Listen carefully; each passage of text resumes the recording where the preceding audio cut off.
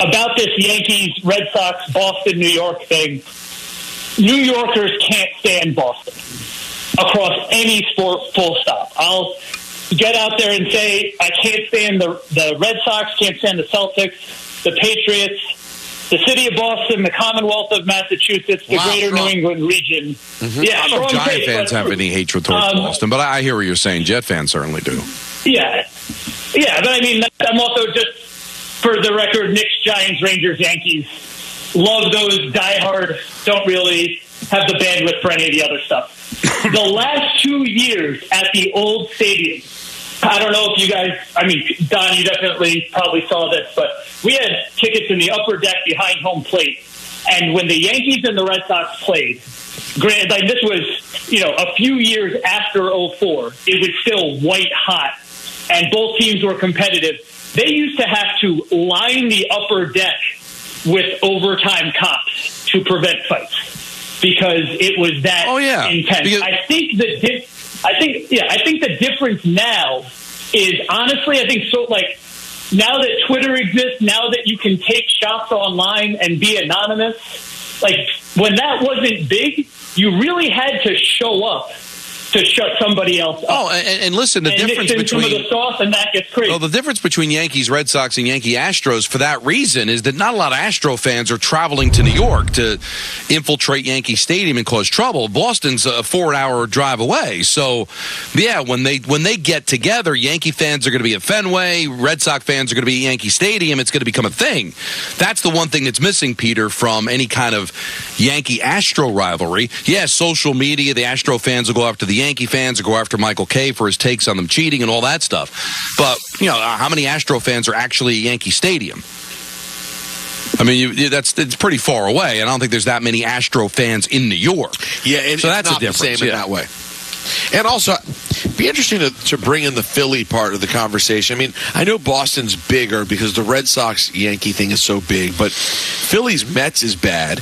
And I would say the Knicks fans probably hate the Sixers more than the Celtics, no? But right now, because of that series, but, I mean, I don't know what kind of history. That was the first time they had met in the postseason in like 30-something years? Forever. But, I mean, but the Celtics and Knicks don't have a recent great postseason history either. Rangers-Flyers is okay. I wouldn't call it, like, that much hatred. The proximity, yes. They've played some big series, but nothing off the charts. I think Ranger fans hate the Penguins more than they do the Flyers. Mets, Phillies, yeah, but when I was growing up, it was Mets, Cardinals, it was Mets, Cubs. That's the thing. Mets always had different rivals. Like Phillies, yeah, there's no love lost between the Mets and the Phillies, but Giants, Eagles, whew, now you're talking rivalry.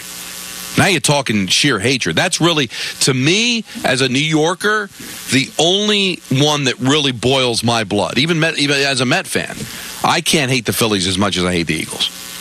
Giants, Eagles is a thing. I mean, can I tell you what? You could argue that the Eagles are the most hated team in the division. I know the obvious answer is Cowboys. But kind of secretly, everyone hates the Eagles so much. Like Giants, Eagles, intense. I can tell you for Washington fans, we hate the Eagles. Hate them. There's so many bad memories with the Eagles. And then we know that, Don, the Cowboys and the Eagles have a nasty rivalry. Oh, listen, everybody hates the Eagles. And I think the Eagles hate everybody. So that's why I've told you, and we've had this opinion, and a lot of people have killed us for it, that the NFC East it doesn't get any better than that. Those four teams, their history, now that the Eagles have been able to join the Super Bowl parade, the sheer hatred intertwined with all four teams. For a long time, you had the Cardinals there, and they kind of didn't belong. But since the Cardinals are out, Cowboys, Eagles, Giants, Washington, it doesn't get any better than that. It doesn't. I'm sorry. Whatever league, whatever sport, whatever. There are a few that are interesting, but nothing's the NFC East. Yeah, the North is close. North is fun, but North is close. Minnesota lacks the championship. Oh, I was thinking AFC North. Well, AFC North is gorgeous. Baltimore, Pittsburgh, Cleveland. That's But, like, Cleveland was traditionally the worst. Like, now it looks better because they're better. Right. But for so long, they were a non-factor. But it's hard because as much as, like, to a person of a certain age, but the Ravens have only been around for less than 30 years. Like, Steelers-Ravens is certainly a thing, but it doesn't have the history because, the Ravens only came around in 96, and the Browns have been bad for a long time.